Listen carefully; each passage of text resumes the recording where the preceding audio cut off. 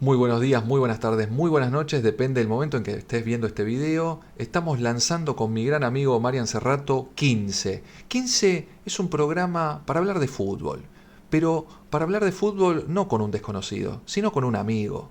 Es para charlar, para conversar, para poner en juego todo aquello que sabemos, que nos acordamos. Y hoy nos interesa, sobre todo, hablar de la actualidad de los equipos argentinos en la Copa Libertadores. Qué lindo verte, amigo, y muchas gracias por compartir este tiempo conmigo. ¿Qué tal, amigo? Un placer poder saludarte, poder estar compartiendo este proyecto con vos, este inicio, ¿no? de debates que vamos a ver hacia dónde nos llevan, pero particularmente en cuanto a lo que nos trae la coyuntura, poder charlar sobre el inicio de la Copa Libertadores de verdad, ¿no? Porque ya sabemos que se juega la fase uno, la fase 2, la fase 3, que es parte, ¿no? Desde lo institucional de la Copa Libertadores, pero la Copa realmente de verdad arranca con la fase de grupos y esta semana justamente los 6 equipos argentinos que están clasificados disputaron sus primeros partidos. Parece que lo más destacable es el regreso de Boca, lógicamente que no pasa desapercibido. Un equipo con 6 Libertadores, con la historia que tiene Boca en esta competición, que regrese después de 2 años a fase de grupos, es la noticia de la semana y estuvo a la altura. Un partido siempre complejo, ¿no? Debutar de visitante para cualquier equipo, en este caso con el aliciente de que la U Católica contaba con un césped sintético. Recordemos que la cancha de la U Católica fue estrenada hace unos meses nada más. Cuenta con esta novedad y era toda una cuestión de ver cómo el plantel dirigido por Claudio Úbeda se adaptaba a estas circunstancias que no estamos acostumbrados en el fútbol doméstico y realmente lo llevó muy bien. Un buen rendimiento de Leandro Paredes, que se hizo cargo del equipo. Estuvo, realmente se lo vio con buena presencia en mitad de cancha. Lógicamente el gol que hizo, que fue un golazo desde afuera, desde afuera del área, que permitió abrir el marcador y a partir de ahí también manejar muy bien el trámite del juego, pero estuvo muy presente en cada jugada de Boca. Y yo creo que particularmente falló la planificación también por parte de Garnero y lo que fue el cuerpo técnico del equipo chileno, porque no tapaban la salida de Boca desde mitad de cancha y al dejarle a Paredes, a Escasíbar y a Delgado manejar lo que son los tiempos del partido y claramente ya ahí te encontrás en desventaja. Boca encontró nuevamente eh, la fortaleza en el Chico Aranda, que es un nexo entre los delanteros y la mitad de cancha.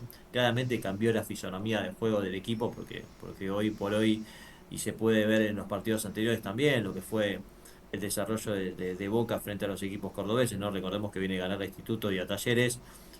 Hay un funcionamiento, hay un equipo que empieza a tener un poquito más de elaboración de juego. No siempre logra profundidad, pero cuando la logra lastima. Y bueno, fue el caso de este partido, que creo que incluso el resultado termina siendo un poco mentiroso porque U Católica tuvo un par de córneres como para buscar el empate, pero la diferencia siempre estuvo claramente en dominio de Boca. ¿Encontró el mediocampo Úbeda de la mano de Paredes, Milton Delgado y el ruso Ascasíbar? Y para mí sí, para mí encontró ahí en mitad de cancha.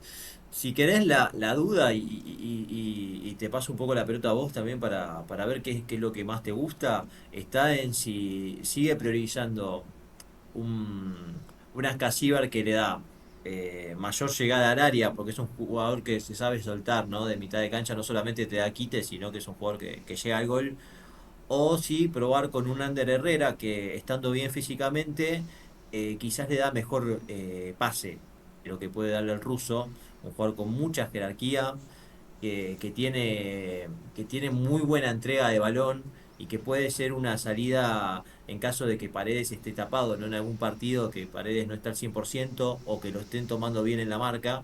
Un Ander Herrera es como un Paredes duplicado, y realmente le puede ocasionar problemas a cualquier equipo que se lo enfrente. Es una buena variante. A mí me parece que Ander Herrera es un jugador con una técnica exquisita, con la escuela española, muchos años de juego en el Bilbao, después en el fútbol inglés, en el fútbol francés, en el Manchester, en el Paris Saint-Germain.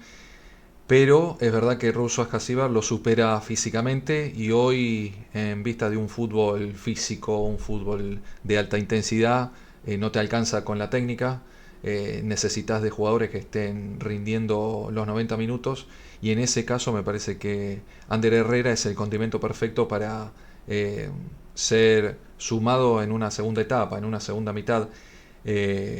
A él le molesta mucho cuando lo sacan, no está de acuerdo en general con las decisiones de Úbeda. Me parece que se enojó en Córdoba contra Talleres, si no me equivoco. Eh, Sí, sí, es verdad. Ahí hubo un episodio, pero todo un caballero, no es que le hizo un desplante en cámara. Después, bueno, puertas adentro, no sabremos qué es lo que habrá sucedido, pero Que por lo menos se vio afuera como pasó con Merentiel, ¿te acordás que ¿te acordás rompió? esa situación en el Sí, Ducó? el lujo. Sí, Le sí, dio un sí. portazo y Sí, después, no sé si rompió un vidrio. sí me acuerdo. Una situación bastante complicada porque lo deja expuesto al técnico, ¿no? Desde todas las semanas habló de si tenía autoridad o no en el grupo. Me acuerdo, sí, sí, sí. Que Miguelo había dicho algo así como problema de papeles, fue por un... Sí, bueno, encima, claro, todavía estaba Miguelo, ¿no? Estaba Miguelo, sí, sí, Claro, sí, sí, claro. sí, un momento complejo. Y bueno, en ese sentido me parece que el ruso Ascasíbar es un jugador que le da ese toque de juego a lo Boca década del 2000. Yo me acuerdo que en una entrevista que le hacen a La Volpe en ESPN, hablaba de que, y bueno, ¿cómo no querés que gane Boca si tenía tres cañitos? Y lo señalaba a Traverso, a Bataglia y a Caña, me parece. Eh, Claro, entonces sí, sí. es un Boca pensado como al estilo Román, de haber Sí, compartido Román. esos equipos, ¿no? De funcionamiento del medio campo muy físico, muy intenso. Sí, vuelve un poquito a las raíces, ¿no? Con ese triple 5, con un enganche como Aranda que realmente no le está pesando la camiseta de Boca. Bueno, incluso bueno, en el segundo gol vas a ver que se lleva la marca de dos jugadores chilenos para permitir la subida de Blanco y a partir de ahí viene el centro y el gol de De Vareiro, un Vareiro. 9 que también viene rindiendo. Bien, fue un acierto. Realmente creo que hoy por hoy podemos hablar de un acierto de parte de la dirigencia de Juan Román Riquelme, teniendo en cuenta que Milton Jiménez recién está regresando, Cavani todavía no está disponible y no sabemos si va a estar disponible en algún momento. Entonces, eh, ahí Boca encontró una solución, ¿no? Claramente en el enganche, que es un juvenil, y en el 9 que llegó, que venía un poco en decaída, ¿no? Después de lo que fue su mal paso por River. Y hace esta apuesta a Boca y por ahora le viene funcionando muy bien complementándose bien con Merentiel, que me parece que encuentra su mejor versión cuando tiene un nuevo al lado. Absolutamente. Me parece que oxigenó por completo, renovó la imagen de Boca, el ingreso de Aranda.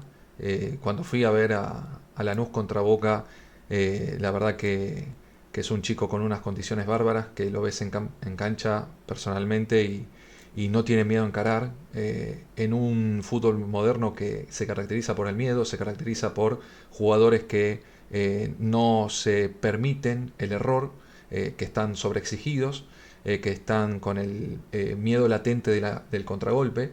Este chico representa todo lo contrario, representa el desparpajo, representa ir hacia adelante, un poco de potrero, esa cuota de potrero que tanto le falta al fútbol argentino hoy.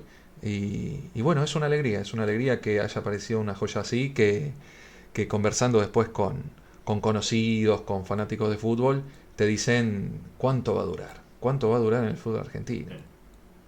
Y bueno, pero va a ser también un poco responsabilidad de la dirigencia de poder aguantarlo un buen tiempo, como para que este chico eh, pase por el proceso que tienen que pasar todos los jugadores, ¿no? Porque me parece que el caso Mastantuono un poco lo puso en evidencia. Quizás Franco necesitaba un año más para terminar, seguir tomando rodaje, para agarrar lo que es maduración, eh, seguir conociendo de él mismo sus virtudes y termina llegando a los 18 años a un club como Real Madrid donde no tenés tiempo, donde ya se habla de un posible préstamo con otro equipo, y probablemente eso hubiera sido evitado si lo dejaban un año más acá para que se siga fogueando, como fue el caso de Julián Álvarez, ¿no? Porque vemos que ahí fue un caso positivo, que Julián pudo estar un poquito más de tiempo en River. Recordemos que en 2018, cuando fue campeón River de la Libertadores, Julián entra unos minutos en aquella final en Madrid, pero todavía ahí no era importante en el equipo. Y ya después, a partir del año siguiente, empieza cada vez a agarrar más minutos y bueno, termina siendo figura en la última parte del primer ciclo Gallardo. Eh, y eso le permitió, cuando se fue al City, ya ser un jugador un poquito más maduro, rendir y por supuesto ahora rendir en Atlético de Madrid. Pero no es que el paso a Europa fue al poco tiempo de debutar. Me parece que ahí estuvo la diferencia y es el problema con los juveniles, con las joyas que salen del fútbol argentino, que se lo quieren llevar muy rápido. Si aguantan un poco más, quizás tienen más chances de después poder asentarse mejor. ¿No es un poco lo que le pasa o lo que le pasó, que ahora está en un mejor momento, Valentín Barco cuando se va de Boca al fútbol europeo, se va, corregime, se va a Sevilla, puede ser?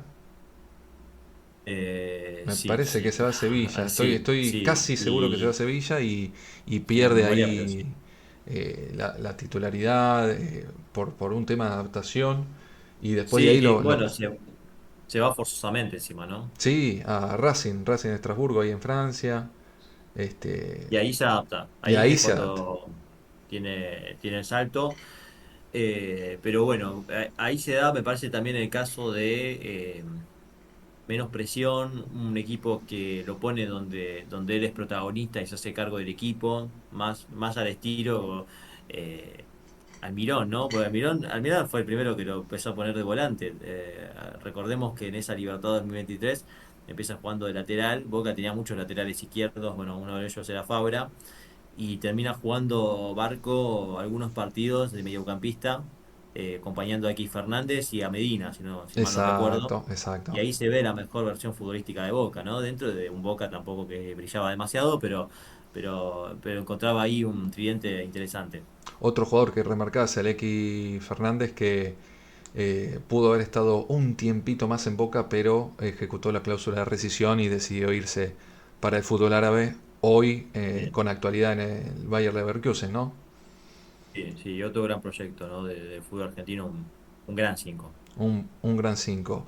Y bueno, entonces Boca con un Vareiro renovado, con un paraguayo que cada vez calza mejor la camiseta Ceneice, que se está adaptando muy bien al club.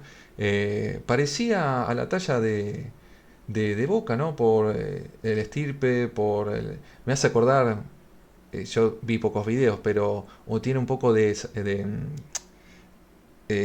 era Salvador Cabañas, ¿puede ser?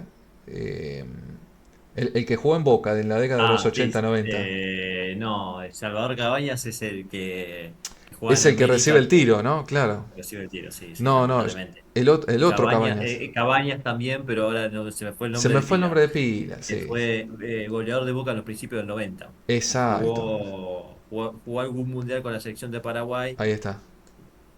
Bueno, recordado por la gente también por aquel reconocido cruce con Ruggeri en el show En de el show de fútbol. fútbol, sí señor, sí señor. Sí, No te sí, sí. retiraste todavía, Cabañas. Que Tremendo, decía que tremendo. si se ponía un poco más de pelo le hacía Salía, goles a Costa Rica.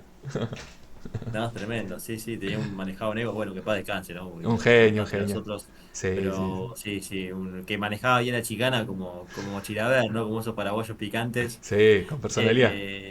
con personalidad, sí. Bueno, y a Adam se le ve personalidad, Sí, se ¿no? le ve Uno personalidad. recuerda cuando jugaba en San Lorenzo también, era un tipo caudillo que se peleaba con todos los defensores, esos delanteros incómodos que te charlan, que se fajan con los defensores. Bueno, Boca necesitaba eso, un tipo que cumpla la función de 9. No Total, encontraba eso total. y me parece que por eso también está rindiendo mejor arriba, porque fue uno de los déficits que tuvo el torneo pasado, ¿no? Que Boca no termina concretando nada positivo en los playoffs. Eh, Me parece que en parte también pasaba por eso, por la falta de un buen 9. Y quizás de cara al futuro puede enriquecer la competencia en el puesto con Milton Jiménez, que ya está recuperado de su pubalgia y empieza a sumar minutos en el segundo tiempo. Y bueno, Milton que claramente hoy va a empezar a correr de atrás. Vamos a ver si recupera confianza. Claramente la última versión de él no había sido positiva. Quizás el mejor Milton Jiménez se vio al inicio, ¿no? Cuando recién llegaba a Boca. Mm. Y antes de la lesión venía muy errático. Pero bueno, hoy es la segunda opción que tiene Boca. No tiene otro 9 teniendo en cuenta lo de Cavani, que viene siendo realmente muy complicado con sus problemas de espalda, Sí, ¿no? sí. Hace un año y La medio hernia. que no puede jugar como él quisiera. Y bueno, hoy por hoy Boca cuenta con esto, ¿no? Más allá de algún 9 que pueda llegar a buscar inferiores, hoy por hoy en el plantel tiene a disposición y sanos a recién recuperado a Jiménez y a Vareiro, ¿no? Que probablemente Jiménez sea importante para pensando en lo que es el recambio, porque Boca tiene ese desafío de por medio, como tienen todos los equipos argentinos que juegan Copa, que es un mes muy cargado de agenda, ¿no? Tenés partido entre semana prácticamente todas las semanas de abril. Totalmente. Y bueno, amigo, pasando de el lado de Boca a la actualidad de los equipos en la Copa, ¿qué más tenés para contarnos? Mira, yo creo que el segundo plato fuerte de esta semana era ver a Rosario Central, el mejor equipo de la tabla anual, y con el regreso de Di María al certamen internacional, no a la Copa Libertadores. Era muy chico cuando Central jugaba la Copa Libertadores allá por el año 2005, creo que estaba en ese momento Leonardo Estrada, un central que no le había ido del todo bien en aquella edición. Bueno, en esta ocasión, Di María siendo capitán, siendo el emblema de este Rosario Central, llegando entre algodones para el partido inicial frente a Independiente del Valle. Y lo que hay que decir es que se notó claramente que Di María no estaba al 100% de lo físico, le costó hoy el partido, frente a un rival realmente muy difícil. Fue muy chivo para el equipo de Almirón, el conjunto ecuatoriano, que ya lo conocemos en los últimos años por lo que han sido sus buenas actuaciones internacionales, ¿no? En Copa Sudamericana siendo campeón, en Libertadores siendo finalista, pero un equipo que propone jugar la pelota por abajo, que tuvo mucha posesión en el primer tiempo y le generó tres o cuatro situaciones muy claras para ponerse en ventaja. Fue Conan Ledesma quien lo evitó con buenas intervenciones. Y en el segundo tiempo, Central sí pudo imponerse. Primero fue más de ida y vuelta. Central tuvo un par, pero Independiente del Valle podríamos decir que tuvo las mejores. Y ya en el segundo tiempo fue todo de Central, un Central que lo fue acorralando, que lo metió contra su propio arco, que para colmo Independiente del Valle se queda con un jugador menos poco después de los 15 minutos del segundo tiempo.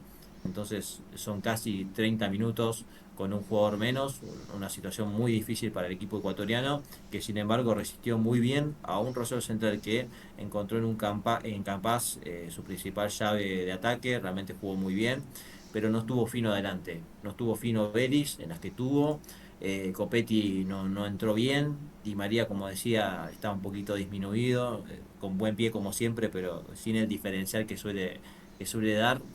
Y después el resto del equipo de Central me parece que lo que encontró principalmente, más allá de la oposición del arquero, que tapó varias situaciones claras, fue la ansiedad, la propia ansiedad del estadio lleno, de volver a la Libertadores, de asumir, si querés, un poco la chapa de posible candidato, potencial candidato, porque hay muchas expectativas sobre lo que pueda hacer Central con Di María, que puede ser un equipo que pelee en las rondas más importantes del torneo, y recién está debutando, ¿no? Este torneo, así que bueno, veremos hasta dónde le da la nafta, pero por lo pronto una actuación que cumplió, pero que no estuvo a la altura de las expectativas, sobre todo porque seguramente el público canalla esperaba empezar con una victoria.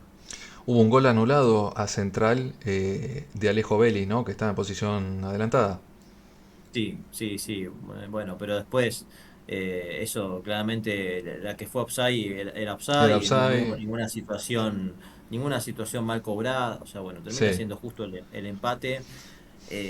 Más allá de que Central lo pudo ganar y que claramente el segundo tiempo no lo hizo por falta de eficacia, pero un Independiente del Valle que fue un rival realmente bravo para este equipo, y que termina sacando un punto importante en lo que es, bueno, la vuelta de Central a la Copa Libertadores en un grupo que para mí, más allá de lo que puede ser este pequeño traspié, Rosario Central debería pasar sin inconvenientes, teniendo en cuenta que los otros equipos que están en el grupo son Libertad de Paraguay y Universitario de Venezuela, que Claro. es un equipo que bueno, viene de dar la sorpresa en esta fecha, ganando su primer partido. Frente a Libertad, sí. Pero, pero bueno, vamos a ver si eso termina teniendo alguna consecuencia en el futuro.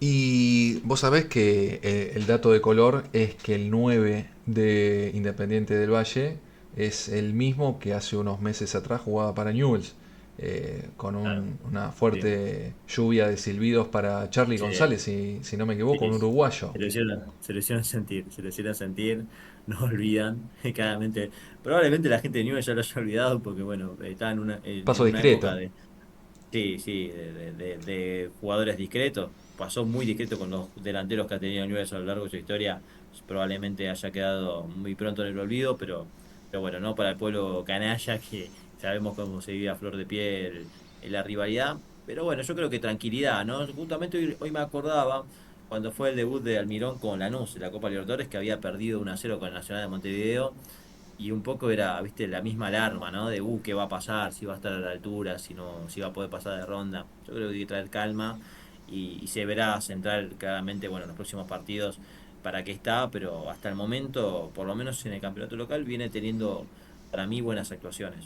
Totalmente, y siguiendo con la lógica de tu ejemplo, ¿cuántos equipos que arrancaron con el pie derecho en fase de grupos arrasaron? Siempre se me viene a la mente el Boca de Arrobarrena que gana los 6 partidos de fase de grupos y después, bueno, Claro, con el total. aliciente del escritoriazo, etcétera, etcétera, termina quedando Sí. fuera El que tuvo la desgracia encima en esa copa de que todavía no se hacía por sorteo, sino por posición en la fase de por grupos. posición en la fase. Y Claro, River había quedado 16º. O sea, era el exacto. peor clasificado contra el mejor. Y bueno, River lo termina eliminando Lo con ter- toda esa polémica del panadero. Exacto, con la polémica del panadero. Y qué sorpresa, Independiente Rivadavia de Mendoza ganando en su debut, que no es poca cosa, ¿no? Sí, sí, yo creo que más que nada, más que la sorpresa del hecho de ganarle al Bolívar, ¿no? Que es un equipo grande, pero bueno, una liga menor como la boliviana, pasa la sorpresa primero por verlo en la Copa Libertadores, que realmente esto un hecho significativo para un club que hace 2 años estaba jugando en el ascenso y a la altura, ¿no? de la situación, porque a veces quizás la presión, el no sentirse preparado o apto para un marco semejante te supera. Bueno, Independiente de Rivadavia dio otra prueba de que está a la altura, realmente así como lo hizo en la Copa Argentina cuando salió campeón. Un plantel, bueno, que se apoya mucho, por supuesto, en su figura Sebastián Villa, Sí, claro. pero que tiene muy buen juego aéreo, que es un equipo muy duro de vencer. Lo han sufrido varios equipos grandes. Bueno, recordemos que le ganó Independiente de Avellaneda, ¿no? En este campeonato, por ejemplo, que le ha sacado puntos a otros equipos grandes, que es un rival que intenta ser ofensivo, que pone mucha gente del área. Y bueno, veremos hasta dónde le da. Yo creo que repasando un poco lo que es su grupo, ¿no? Teniendo en cuenta que está con La Guaira de Venezuela y con Fluminense, el rival a vencer era Bolívar, así que sumó 3 puntos claves pensando en lo que viene, teniendo en cuenta que tiene mucho viaje, ¿no? A Venezuela, tiene la altura de Bolivia y un grupo que puede ser un poco complejo. Total, la lógica marca que si gana los 3 puntos en casa frente a La Guaira, se iría a 6 puntos. Después, si rasca algo contra Fluminense de local, podríamos estar hablando de 7 puntos. Después, en su visita a Venezuela, 8 puntos. Bolívar posiblemente pueda perder. Y puede ser un grupo en el que termine saliendo Sí. segundo, entre segundo y tercero, con 8 puntos. Porque Y yo uno. creo que la... Sí, perdón. No, no, que uno estima que Fluminense va a salir líder de grupo. Me parece que la clave está en que gane Venezuela, para mí. Ah, claro, claro, para quedarse con el segundo puesto. Y porque, bueno, pensando en la lógica, ¿no? Claramente a Fluminense que quizás le pasa como a Central Córdoba que Ah, le claro. puede ganar de visitante, pero no es fácil, ¿no? Y la lógica indicaría que en Bolivia, en La Paz, le puede costar porque son 4.500 metros, ¿no? O 3.500 metros, perdón, pero Sí, bueno, sí, es sí. mucho igual. Es mucho, es mucho. Eh, Y bueno, en Venezuela no tiene ningún factor físico, en principio, como para no poder ganar, más allá del viaje. Entonces me parece que tendría que apuntar a sumar por lo menos 7 de local y sumar alguna victoria de visitante como para con 10 ya aspirar a por lo menos de mínimo un segundo puesto. Totalmente. Y vos sabés que me hiciste acordar a la situación de Central Córdoba el año pasado, en el 2025, que fue uno de los equipos con mayor cantidad de puntos, con 11, termina su grupo, 3 victorias, 2 empates, una derrota, y se queda tercero por diferencia de gol, y en octavos de final termina enfrentando a Lanús por Copa Sudamericana, le gana el Ujú. partido de ida en Santiago del Estero, en el partido de vuelta Lanús le hace un gol en el minuto 90 y después lo termina eliminando por penales. Así que es un camino que tuvo No digo, mucha mala suerte, por decirlo de alguna manera. sí, sí, no digo. Pasa que me parece que el problema que tuvo en la fase de grupos es que el último no sumó puntos. Entonces Claro. quedaron 3 equipos con 11. Algo que no pasa nunca. No, no. No pasa nunca, le pasó solamente a Central Córdoba. Sí, sí, sí. ¿A cuántos equipos ha habido saliendo segundos que han sacado un puntaje de un dígito? O sea, a partir de 9 de 8 y ellos Ujú. pasaron a los dos dígitos y ni así. Pero bueno, esa es la anécdota con respecto a Central Córdoba. Y bueno, y después nos queda el segundo malón de equipos argentinos.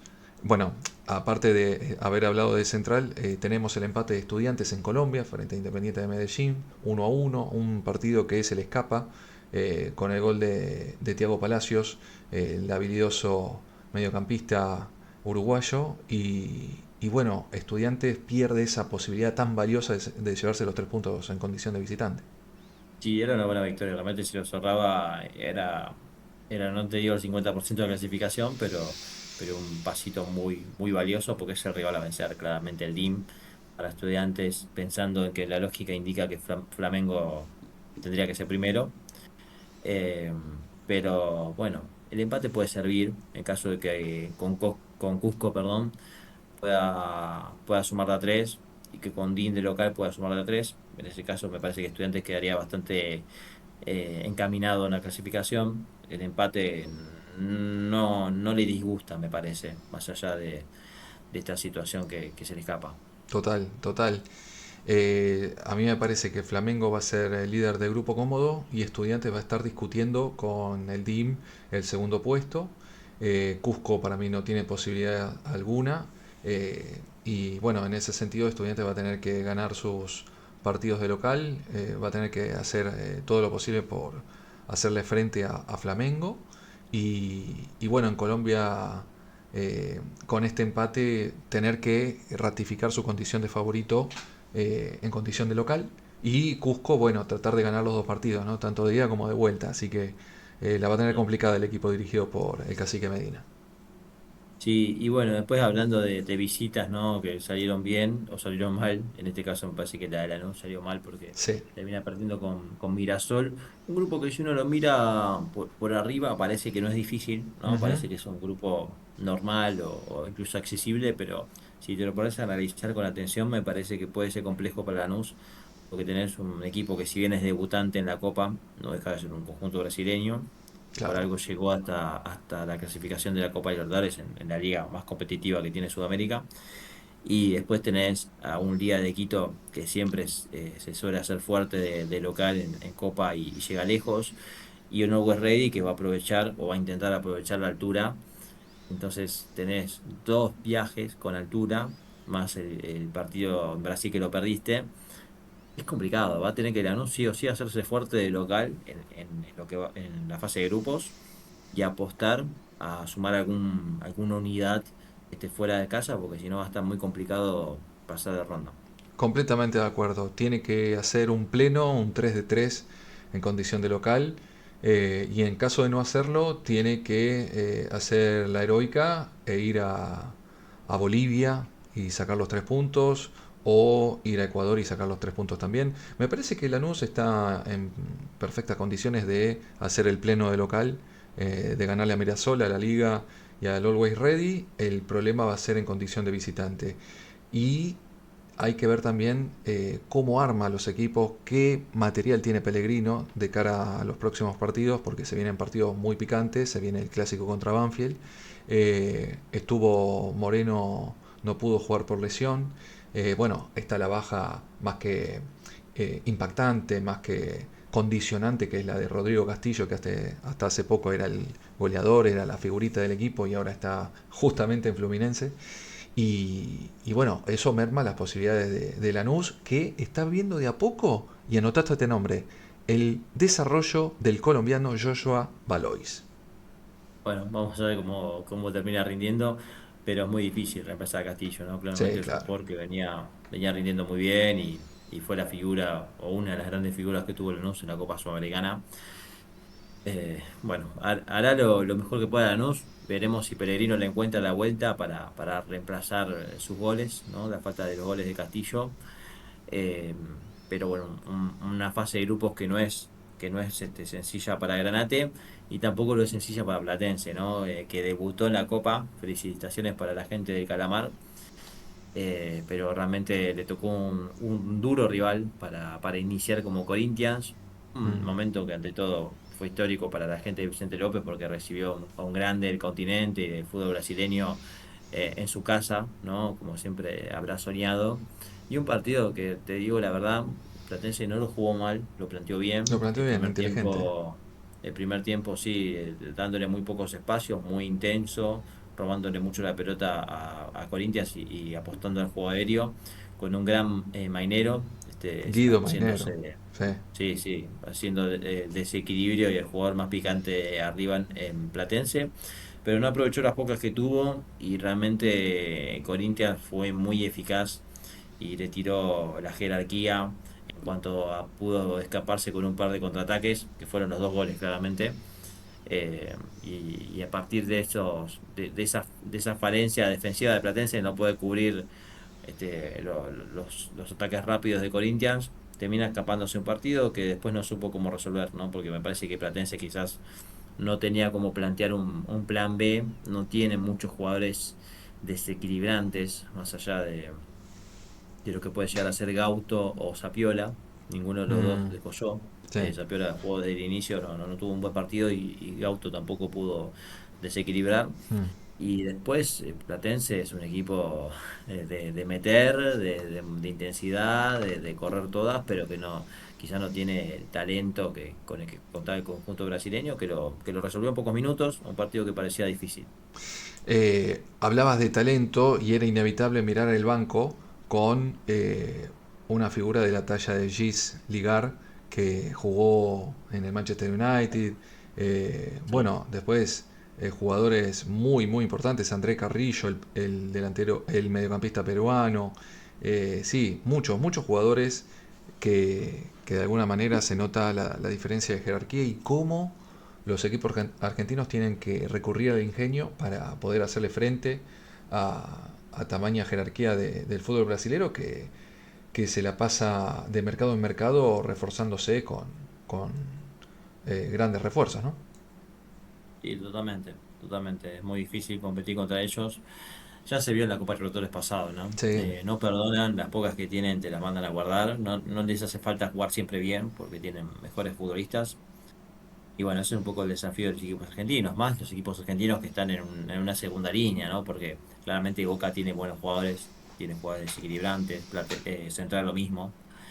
Pero después de esos dos, me parece que, bueno, Estudiantes puede tener alguno, pero sacando de esa bolsa de tres equipos, Independiente Rivadavia y Platense van a intentar hacer lo que puedan en esta Libertadores. Son debutantes los dos, en un equipo basado en jugadores que han venido incluso en muchos casos del ascenso, y la diferencia es grande. La diferencia es grande y intentarán hacerlo lo mejor que puedan, pero bueno, fue un digno partido de Platense para un rival duro y para un grupo duro, porque tiene a Peñarol, que va a ser la visita la semana que viene. También un momento histórico para Platense, jugar de visitante contra Peñarol en el campeón del siglo. Y después Independiente Santa Fe, que es un equipo colombiano también, siempre protagonista, duro. Así que la tiene difícil Platense. Veremos si puede llegar a arañar un segundo puesto o al menos tratar de pelear por llegar a la Sudamericana, pero en principio es el menos favorito de los cuatro.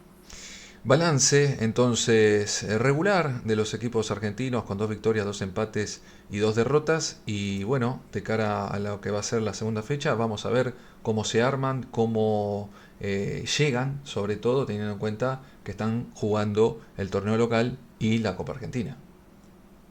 Totalmente. Es el desafío y bueno, veremos cómo van manejando las cargas de acuerdo a lo que es una agenda muy comprimida, ¿no? De partidos, teniendo en cuenta también que todo se va a resolver más rápido, ¿no? En las ligas sudamericanas y en particular la Argentina por lo que es la llegada del Mundial.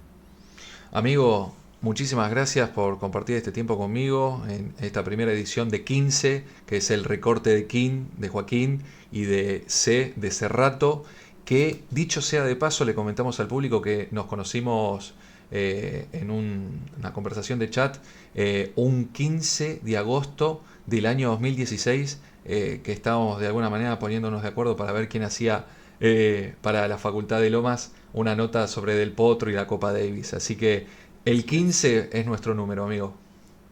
Nuestro aniversario. Nuestro aniversario. Qué lindo. Un placer amigo, como siempre.